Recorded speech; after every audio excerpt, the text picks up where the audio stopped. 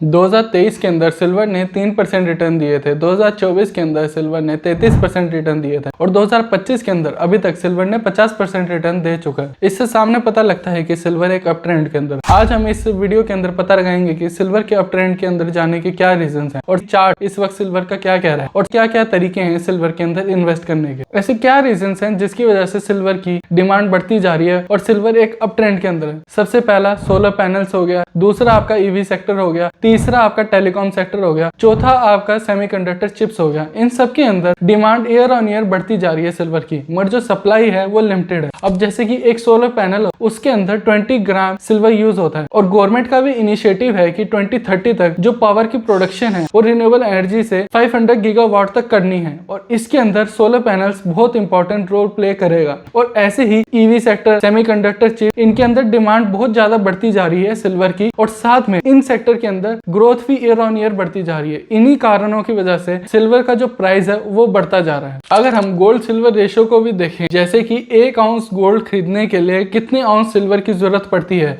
अगर वो देखा जाए इस वक्त 88/1 का रेशियो चल रहा है, तो इसका मतलब सिल्वर एक बड़ा सस्ता ऑप्शन अभी दिखाई दे रहा है। अगर उसका एवरेज देखा जाए 67/1 का चलता है, तो इसका मतलब अभी अपसाइड डायरेक्शन भी बहुत ज्यादा है सिल्वर के पास।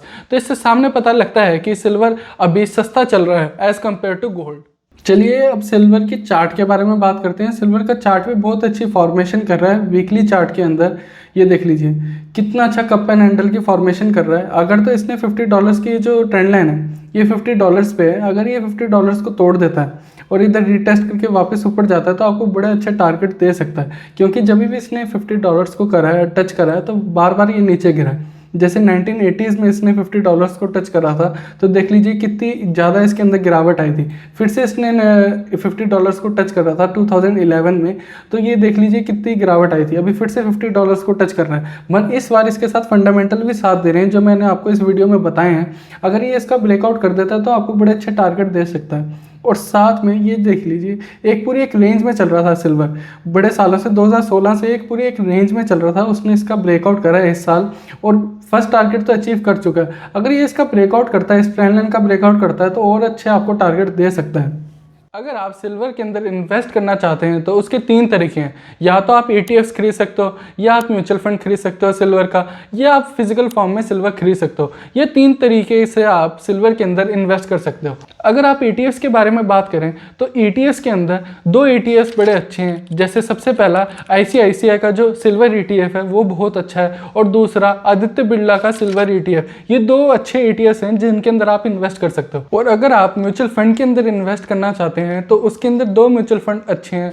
सबसे पहला निपॉन इंडिया का जो सिल्वर ETF म्यूचुअल फंड है वो अच्छा है और दूसरा आपका ICICI बैंक का जो सिल्वर म्यूचुअल फंड है वो अच्छा है। इन 2 के अंदर आप इन्वेस्ट कर सकते हैं या आप SIP भी कर सकते हैं। ये अच्छे ऑप्शंस रहेंगे म्यूचुअल फंड के अंदर। तीसरा आपका फिजिकल फॉर्म में अगर आप खरीदना चाहते हैं, या तो आप उसका बार बना लीजिए या आप उसकी ज्वेलरी बना लीजिए, वो आपके ऊपर डिपेंड करता है कि आप क्या करना चाहते हैं। मगर उसके अंदर आपको हैंडलिंग चार्जेस देने पड़ेंगे, GST देना पड़ेगा और भी बहुत सारी चीजें उसके अंदर रहती हैं। तो ये आपके ऊपर डिपेंड करता है कि आप किसके अंदर इन्वेस्ट करना चाहते हो, किस फॉर्म के अंदर इन्वेस्ट करना चाहते हो। इससे हमें पता लगता है कि सिल्वर का फ्यूचर अच्छा है। और आपको क्या लगता है सिल्वर का फ्यूचर क्या रहेगा? कमेंट सेक्शन में जरूर बताइएगा और अपनी राय भी जरूर दीजिएगा सिल्वर के बारे में। अगर आपको ये वीडियो अच्छी लगी है तो प्लीज लाइक, शेयर, सब्सक्राइब और कमेंट जरूर कीजिएगा। तब तक के लिए थैंक यू।